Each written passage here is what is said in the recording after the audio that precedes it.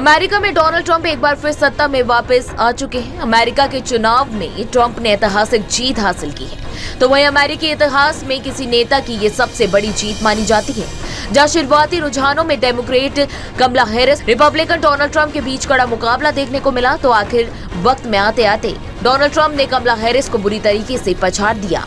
Trump की जीत के बाद ही शुभकामनाओं का दौर शुरू हो गया, जहां एक तरफ अमेरिकी चुनावों में दुनिया भर के बड़े देशों की नजर बनी हुई थी, तो वहीं ट्रंप के जीतते ही कई बड़े नेताओं के साथ साथ पूरी दुनिया के दिग्गज लोगों ने ट्रंप को मुबारकबाद देनी शुरू कर दी।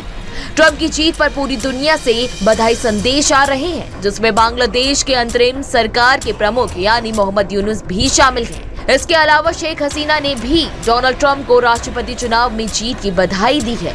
यूनुस ने अपने बधाई संदेश में कहा कि मुझे बांग्लादेश की सरकार और लोगों की ओर से 2024 के अमेरिकी राष्ट्रपति चुनाव में आपकी जीत पर हार्दिक बधाई देते हुए खुशी हो रही है।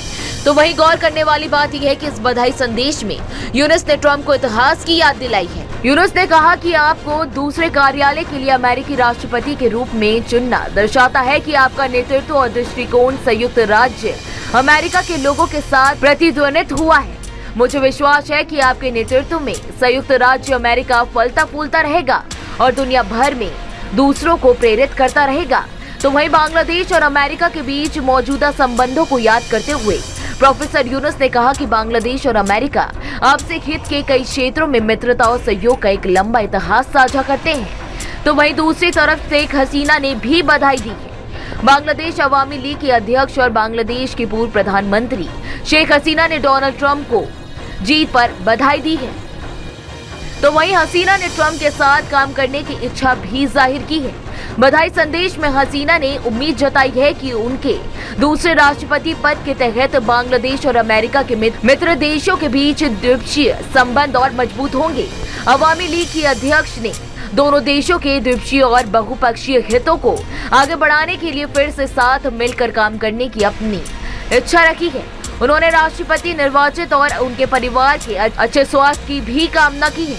अब बड़ा सवाल ये खड़ा उठता है कि आखिर मोहम्मद यूनुस क्यों टेंशन में है। डोनाल्ड ट्रंप को मोहम्मद यूनुस का विरोधी माना जाता है। मोहम्मद यूनुस घोषित तौर पर डेमोक्रेटिक पार्टी के समर्थक हैं। कई राष्ट्रपति चुनावों के दौरान उन्होंने डेमोक्रेटिक पार्टी के लिए कैंपेन किया है और चुनावी चंदे भी दिए हैं। इसके अलावा हाल ही में बांग्लादेश में हुए विद्रोह के दौरान भी अमेरिका ने ही मोहम्मद यूनुस को अंतरिम सरकार का मुखिया नियुक्त करवाया था। इसकी पुष्टि मोहम्मद यूनुस के अमेरिकी दौरे पर भी हुई थी। खुद यूनुस ने स्वीकार किया था कि बांग्लादेश में हुआ विद्रोह पूरी तरह अमेरिका में प्लान किया गया था। तो वहीं एक बड़ी वजह ये भी है कि जब 2016 में ट्रंप नए अमेरिकी राष्ट्रपति बने, तब एक बांग्लादेशी प्रतिनिधिमंडल वॉशिंगटन डीसी में उनसे मुलाकात करने पहुंचा था। इस डेलीगेशन में कुछ डिप्लोमेट और साथ ही प्रमुख बांग्लादेशी नागरिक और कुछ सरकारी अधिकारी शामिल हुए। जब प्रतिनिधिमंडल ने ट्रंप से मुलाकात की, तब उन्हें एक ऐसा सवाल पूछा गया जिससे सब लोग हैरान रह गए।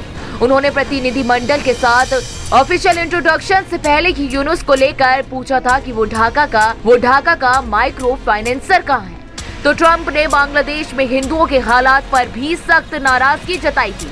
उन्होंने दिवाली की शुभकामनाएं देते हुए सोशल मीडिया प्लेटफॉर्म एक्स पर लिखा था, मैं बांग्लादेश में हिंदुओं और साथ ही ईसाइयों और साथ ही अन्य अल्पसंख्यकों के खिलाफ बर्बर हिंसा की कड़ी निंदा करता हूँ। भीड़ उन पर हमला कर रही है, लूटपाट कर रही है, जो कि पूरी तरह से अराजकता की स्थिति है।